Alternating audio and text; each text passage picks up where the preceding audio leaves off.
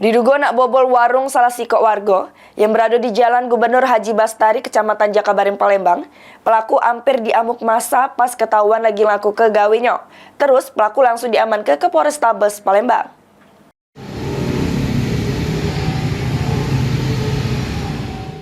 Diduga nak bobol warung, pelaku inisial HM salah sikok warga yang balik di jalan di Panjaitan, Lorong Nur Islam, Kelurahan Bagus Kuning, Kecamatan Pelaju, Palembang, diamankan oleh warga terus dibawa ke Polrestabes Palembang.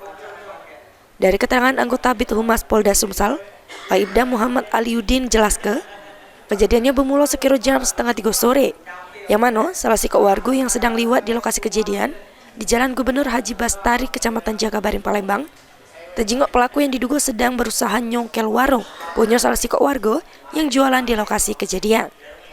Aliuddin dewek ngatoke, pas pelaku diamankan terus ditanya oleh warga, pelaku sempat ngelak kalau dirinya bukan nak maling, terus sempat nak berlari, sehingga bikin warga kesel, terus gebui pelaku. Aliuddin nambah ke dari tangan pelaku didapati sikok obeng yang diduga sebagai alat pelaku pas beraksi nak maling, sama sikok motor kepunyuan pelaku merek Honda Vario. Pak, tadi kita mengantarkan apa Pak? Tadi Pak? Jadi saya mengantarkan diduga tersangka pencurian, percobaan pencurian.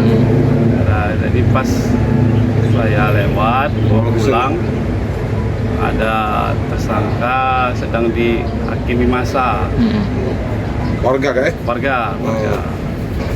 Itu rencananya mau nyongkel apa Dok? Diduga itu mau mencongkel gerobak yang isinya ada tabung gas. Jadi pas mau mencongkel dia ditangkap massa warga. Dia tadi ada perlawanan ada Pak? Pelaku sempat mau melarikan diri, tapi kan kita tadi langsung bersama warga langsung mengepung dan menangkap tersangka pelaku. Ini pelaku sudah diamankan di Polrestabes Palembang. Guna dimintai keterangan sama menanggung jawab ke perbuatannya. Suryadi, PAL TV.